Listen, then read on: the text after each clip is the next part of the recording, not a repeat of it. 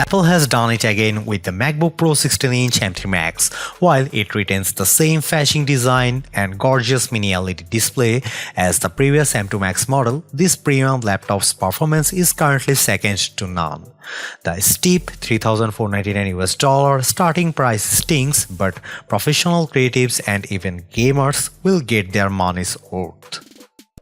The 16.2-inch Liquid Retina display remains as gorgeous as ever.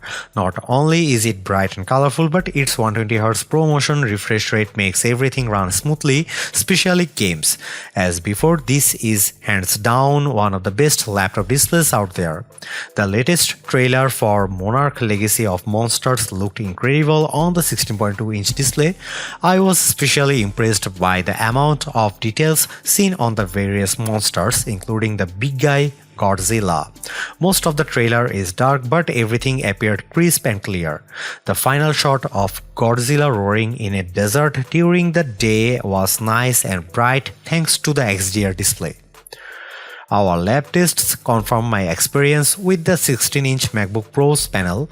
When pointing our colorimeter at the screen, we found that it achieves 116.7% of the sRGB color gamut and 83.2% of the more demanding DCI-P3 color space. Color accuracy is great, with the MacBook Pro 16-inch turning in a Delta E score of 0.11. These values are identical to the previous model, which is awesome. HDR brightness is also comparable to the M2 Max version, hitting 1546 nits of brightness when displaying HDR content on 10% of the display and 1123 nits of 100% of the screen. Things get more interesting with non-HDR brightness. Where the M2 Max averaged 455 nits of brightness, the new MacBook Pro averaged 563 nits. That's not the advertised 600 nits of HDR brightness, but it's certainly brighter than before.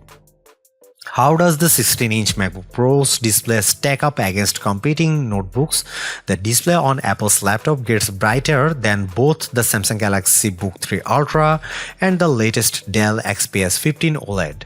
Samsung's device delivers comparable color saturation and accuracy, while Dell's laptop has more saturated colors and slightly less color accuracy.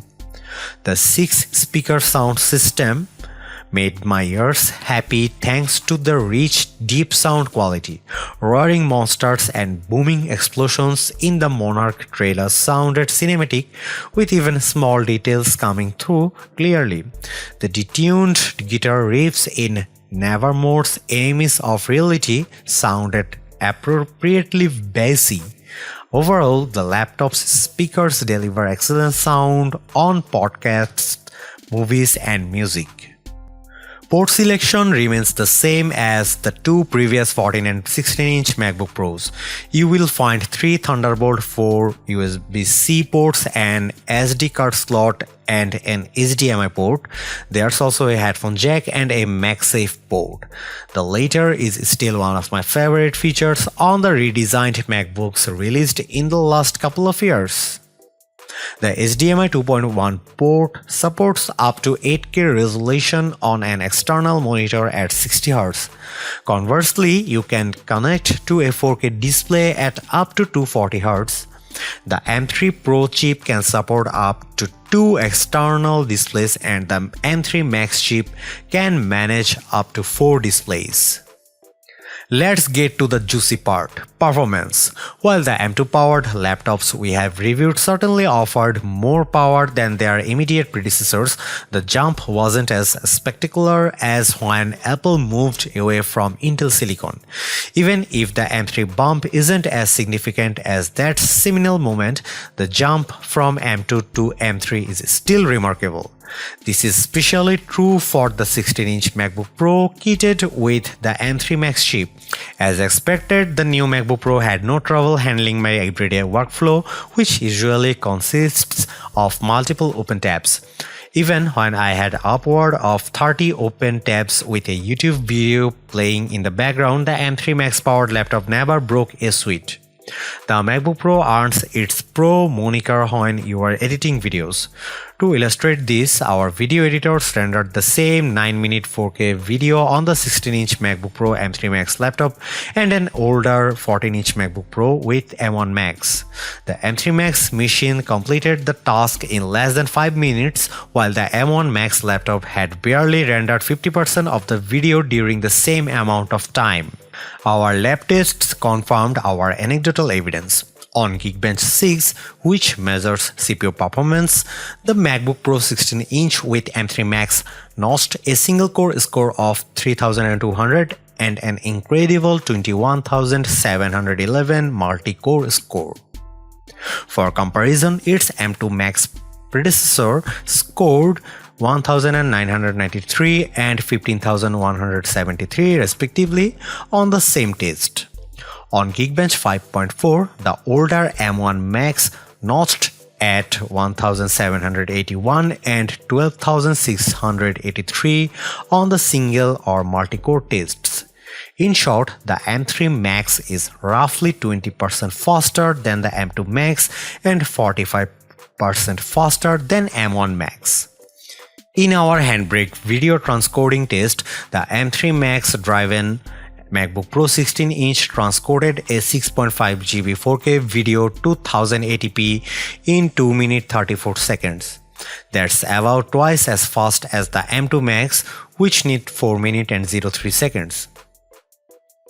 On the Geekbench Photoshop test, which assigns a score based on how effectively a system uses scripts to apply a series of filters and other adjustments to several high-res photographs, the MacBook Pro 16-inch M3 Max scored 1443. This test also times how long each system takes, and the new laptop took 3 minutes and 29 seconds.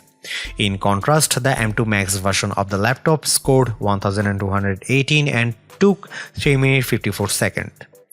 The MacBook Pro 16-inch with M1 Max took 4 minutes 20 seconds and scored 877.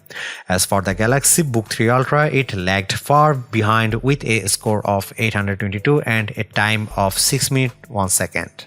At the risk of sounding redundant, the MacBook Pro 16-inch with the M3 Max is truly the most powerful Apple computer we've ever tested.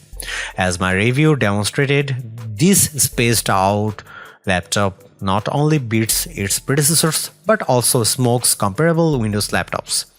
If you are a professional video editor, you will tear through projects faster than before, and if you are a gamer, the M3 Max delivers Windows PC quality gaming for titles optimized for Apple Silicon. Also, the new space black finish makes an already awesome product even better. Right now, the MacBook Pro 16-inch with M3 Max is the premium Apple notebook. However, it's not for everyone. If you mostly use computers for writing, web surfing, and watching videos, you are better off with either the $1,599 MacBook Pro M3 or the even cheaper $1,299 MacBook Air 15-inch. Folks like myself who dabble in video editing and enjoy occasionally gaming on Macs would do well to consider the 14 or 16-inch MacBook Pro with M2 Pro, which starts at $1,999 and $2,499 respectively. While I can't recommend the MacBook Pro 16-inch with M3 Max to everyone, it's an absolute beast of a laptop that proves Apple Silicon's might. As before, Apple has set a new standard that its competitors must now live up to. If you own an old Intel MacBook Pro or even an M1 Max powered laptop and need more power, you can't do better than this. Thanks for watching. See you in the next one.